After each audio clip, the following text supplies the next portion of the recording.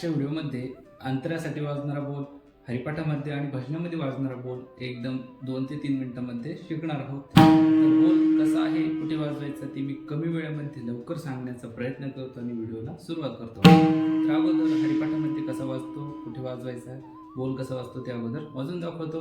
त्यानंतर व्हिडिओच्या शेवटला आपण बोल समजावून आणि अक्षर देऊया.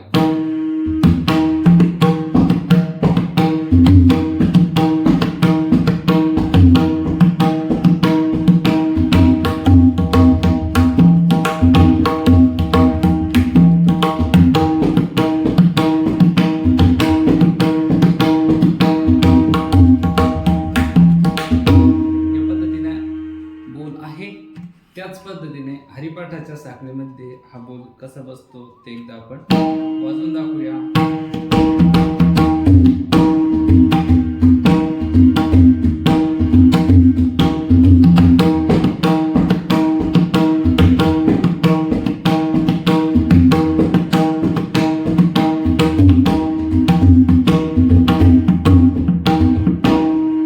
या पद्धतीने हरिपाठामध्ये बसतो. आता त्यानंतर हा बोल अंतरा म्हणून कुठे कामी येतो. आता अंतरा म्हणजे काय, ज्या पद्धतीने ध्रुपद घेतल्यानंतर जो उठवणी येते, जी पुढचा लाईन येते अभंगाची, त्याला अंतरा म्हटलं जातं. ज्या पद्धतीने तो हा विठ्ठल बरवाई ध्रुपद झालं, त्याच नंतर तो हा माधव बरवाई हा झाला अंतरा. तर ज्या पद्धतीने अंतरा म्हणजे अंतरा म्हटलं जातो त्यावेळी हा बोल वाजवायचा.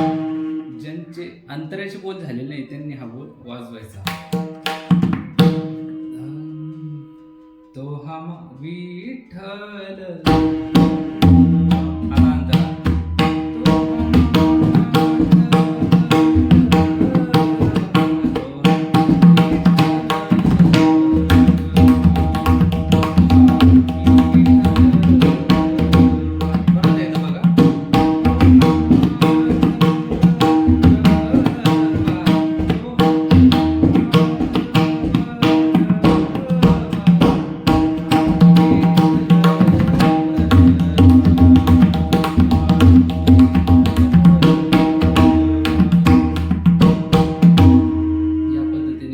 प्रयत्न केला. अंतरा काय असतो, ध्रुपद काय असतं, सुरुवात काय असते, मुकडा कुठं वाजवायची, सगळं माहिती आहे. फक्त नवीन बोल कोणत्या पद्धतीने कुठे वाजवायचे हा सांगण्याचा आपण या व्हिडिओमध्ये प्रयत्न केला आहे. तर बोल समजला आहे का, कुठे वाजतोय, त्याच पद्धतीने आता बोलाचे आपण अक्षर समजावून सांगू. बोल समजावून बोल आहे धेत्ता कणत्ता कणत्ता कणत्ता. एक वेळा धेत्ता घ्यायचा आहे, 3 वेळा नत्ता घ्यायचा आहे. तर धेत कसं वाजवायचं आहे माहीत असेल, नसेल माहिती तर धेतच वाजवायचं आहे. धमाकडे वरती ग वाजवायचा, इकडे 3 बोटाने दाबून वाजवायचं म्हणजे न आणि ग सोबत वाजवायचं आहे. धेत तयार होतो. धेत, त्यानंतर ता आणि क, धेत ता क आणि 3 वेळा नत्ता घ्यायचा आहे. न ता क न ता क न. आणि त्याच पद्धतीने जर चाटीवर वाजवला तर एकदम बेस्ट.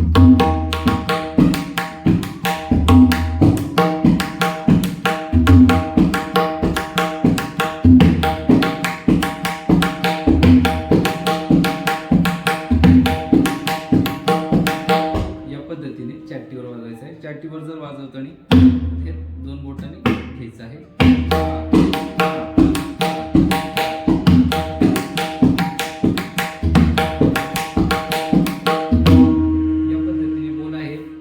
एक वेळ अवश्य ट्राय करा. बोल कसा वाटला कमेंटमध्ये नक्की सांगा आणि व्हिडिओला लाईक केल्याशिवाय कोणी व्हिडिओ स्किप करू नका. रामकृष्ण हरी, रामकृष्ण हरी.